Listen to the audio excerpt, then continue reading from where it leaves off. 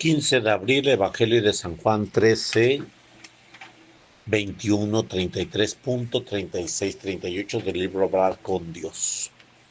Mientras se desarrolla un proceso contra Jesús ante el Sanedrín, tiene lugar la escena más triste de la vida de Pedro, el que lo había dejado todo para seguir a nuestro Señor. Se ha visto tantos prodigios y ha recibido tantas muestras de afecto, ahora le niega rotundamente. Se siente acorralado y niega hasta que con juramento niega con juramento conocer a Jesús.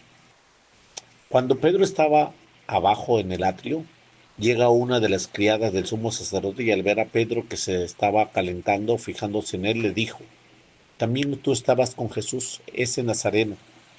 Pero él lo negó diciéndole: ni le conozco, ni sé qué hablas. Y salió afuera, al vestíbulo de la casa, y cantó el gallo. Al ver las criados empezó a decir otra vez a los que estaban alrededor: este es uno de los suyos. Pero él lo volvió a negar.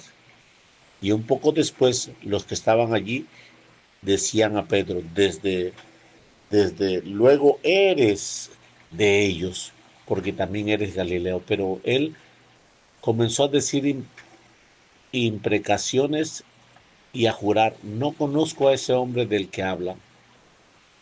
Ha negado conocer a su Señor.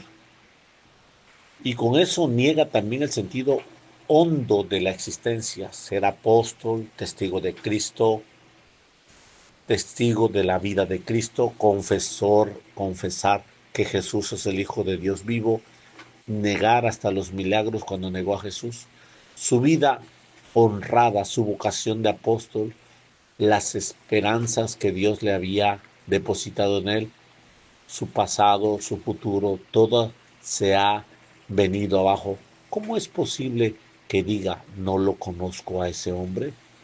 Unos años antes, un milagro obrado por Jesús había tenido para él un significado especial y profundo. Al ver la pesca milagrosa, la primera de ellas, Pedro lo comprendió todo, se arrojó a los pies de Jesús y le dijo: apártate de mí, Señor, que soy un pecador. Pues al asombro se había apoderado de él. Parece como si en un momento lo hubieran visto todo claro: la santidad de Cristo y su condición de hombre pecador. Lo negro se percibe en contraste con lo blanco, la oscuridad con la luz y la suciedad con la limpieza, el pecado con la santidad. Entonces, mientras sus labios decían que por sus pecados se siente indigno de estar junto al Señor, sus ojos y toda su actitud le, le pedían no separarse jamás de él. Aquel fue un día muy feliz. Allá comenzó realmente todo. Entonces dijo Jesús a Simón: no temas, desde ahora serás hombre de los pescador de hombres. Ellos sacaban las barcas a tierra, dejando todas las cosas, y le siguieron. La vida de Pedro tendría desde entonces un formidable objetivo: amar a Cristo y ser pescador de hombres para amarlos a todos.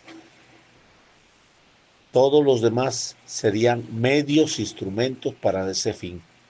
Ahora, por fragilidad y por dejarse llevar del miedo y de los retos humanos, Pedro se ha derrumbado.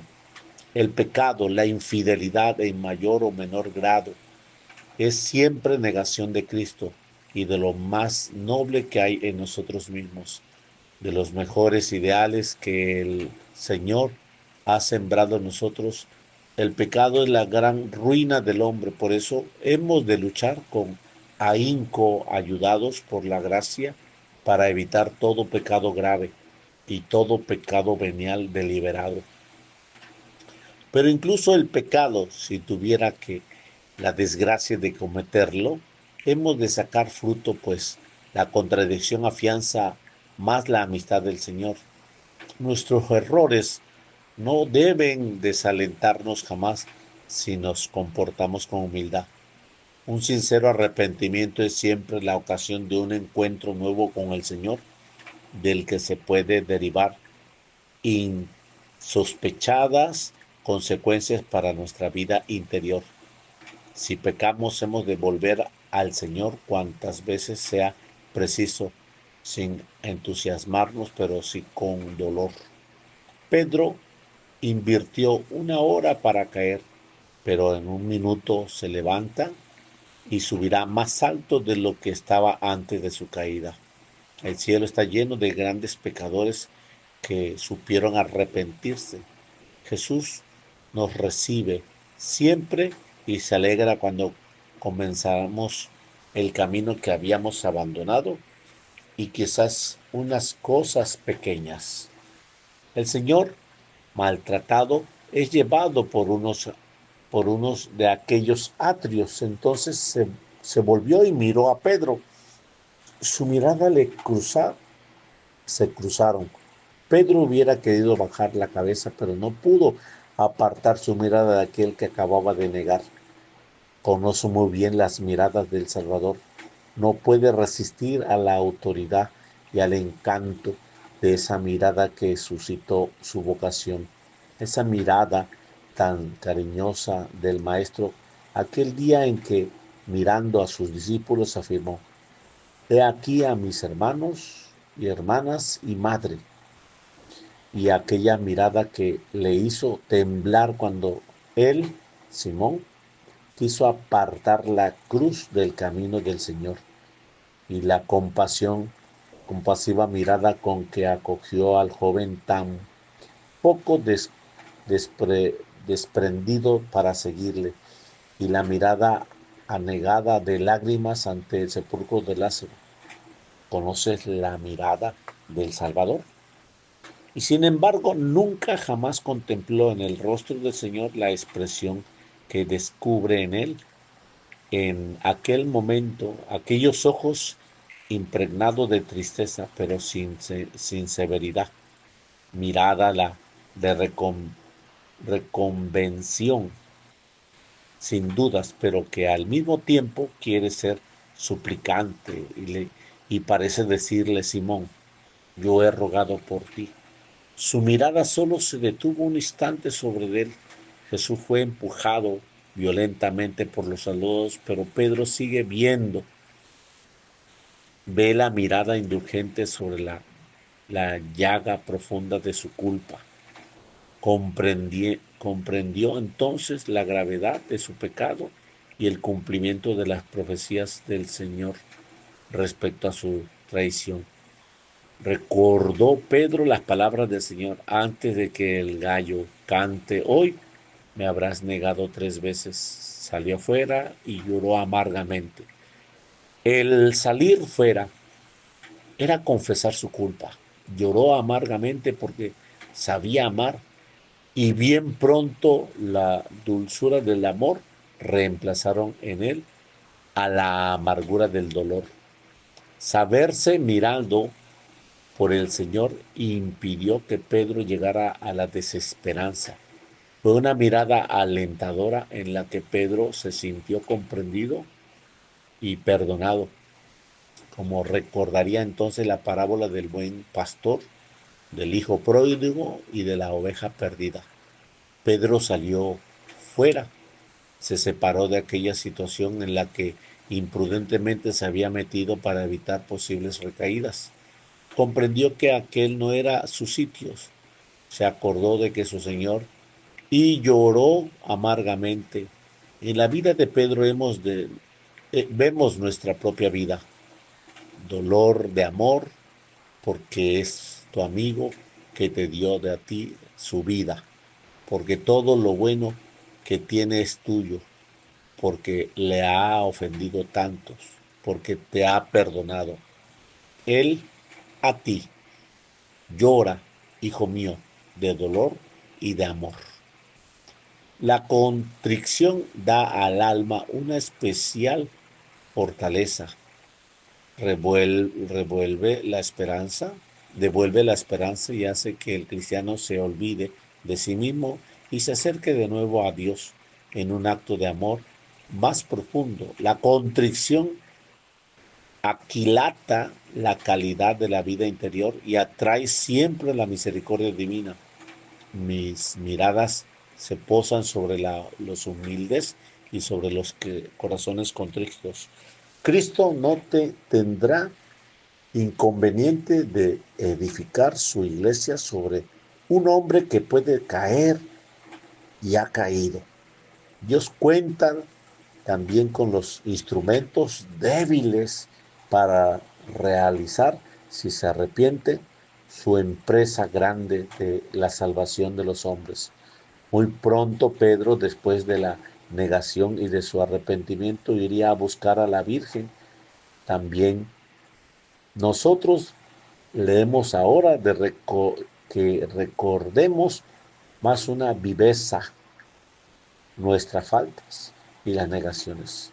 Además, en una gran fortaleza, la verdadera contrición da al alma una particular alegría y dispone para ser eficaz entre los demás. El Maestro pasa una y otra vez muy cerca de nosotros, nos mira y si la miras, si le escuchas y si no le rechazas, Él te enseñará cómo dar sentido sobrenatural a todas tus acciones. Entonces, tú también sembrarás desde donde te encuentres consuelo, paz y alegría. Sobre Judas también recayó la mirada del Señor que le incitaba a cambiar cuando en el momento de la traición se sintió llamado por el título de amigo. Amigo, ¿a qué has venido aquí? No se arrepintió de ese momento, pero más tarde sí, viendo a Jesús sentenciado, arrepentido de lo hecho, regresó los 30 monedas de plata, pero tenía desesperanza y tomó un mal camino. Qué diferente entre Pedro y Judas. Los dos traicionaron de distintas maneras la fidelidad a su maestro. Los dos se arrepintieron. Pedro sería, a pesar de sus negaciones, la roca sobre la que se asentará la iglesia de Cristo hasta el final de los tiempos. Judas fue y se ahorcó. El simple arrepentimiento humano no basta. Produce angustia, amargura y desesperación.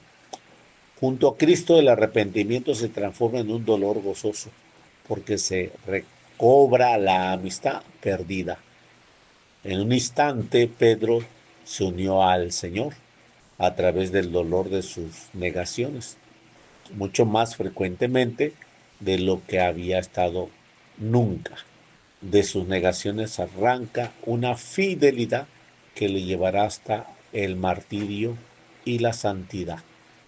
Judas fue todo lo contrario, se quedó solo. A nosotros, ¿qué nos importa? Allá tú, le dicen los príncipes de los sacerdotes. Judas, en el aislamiento que produce el pecado, no supo ir a Cristo y le faltó la esperanza. Debemos de despertar con frecuencia en nuestro corazón el dolor del amor por nuestros pecados, sobre todo el hacer el examen de conciencia al acabar el día y al preparar la confesión. A ti, ¿qué te desmoraliza?